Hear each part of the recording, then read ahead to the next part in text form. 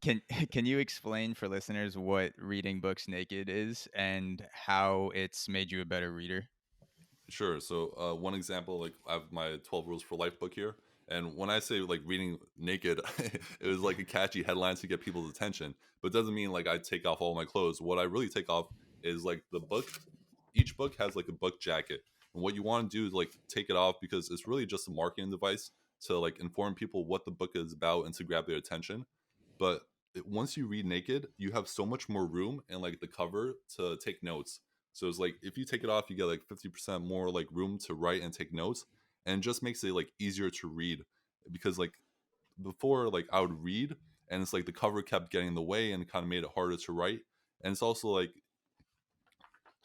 sometimes harder to carry. Like it's easier just to carry a book without cover or anything, and also like frees up space in the back so you can see like I have like 2 pages of notes here instead of just like one and a half, and it just makes it a lot easier to read. And the cool part is like sometimes authors will or like publishers they'll put like little like Easter eggs in the book. So like in the Mhm. new Matthew McConaughey book, it's like you take off the book and his book is called Green Lights, and in the cover of the book is actually like a green light, and on the back is like his signature with a message, and it's just kind of cool Oh, to wow. like see like the little details the author puts in the book that no one's gonna see because they usually don't take off the cover. So yeah, like whenever I start a book and I'm like, oh, I really want to read this book, I'm gonna take it seriously. I'll take off the cover, and because I'm more concerned about the inside of the book and what's inside it than having a cool cover and maybe reading outside because that's more like external validation. It's like what I want is I want to learn what the author's lesson and his message and take notes so I can remember it and use it for later. And so that's how you read naked.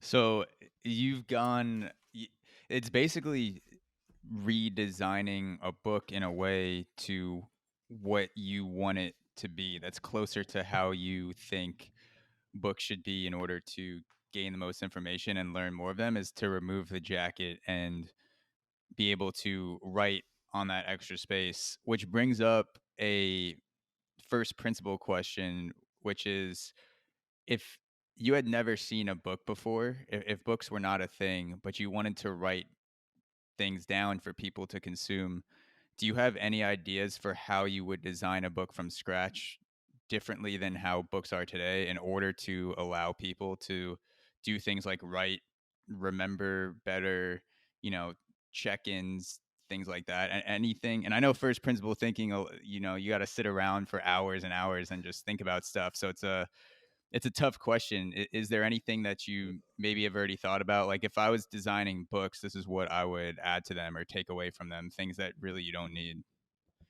Yeah, I mean that's a really good question.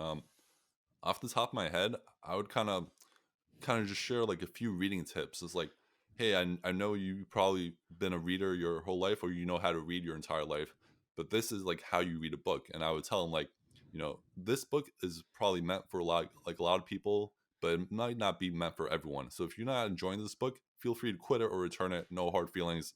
We can still be friends.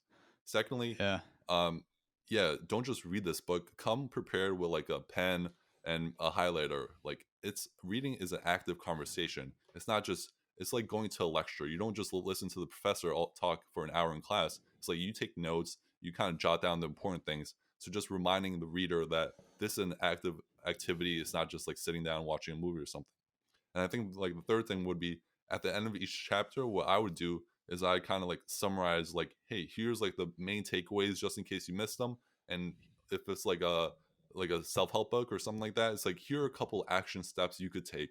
So not just like here's information that I'm trying to teach you, but here's how you could start applying that information to get the changes out of your life.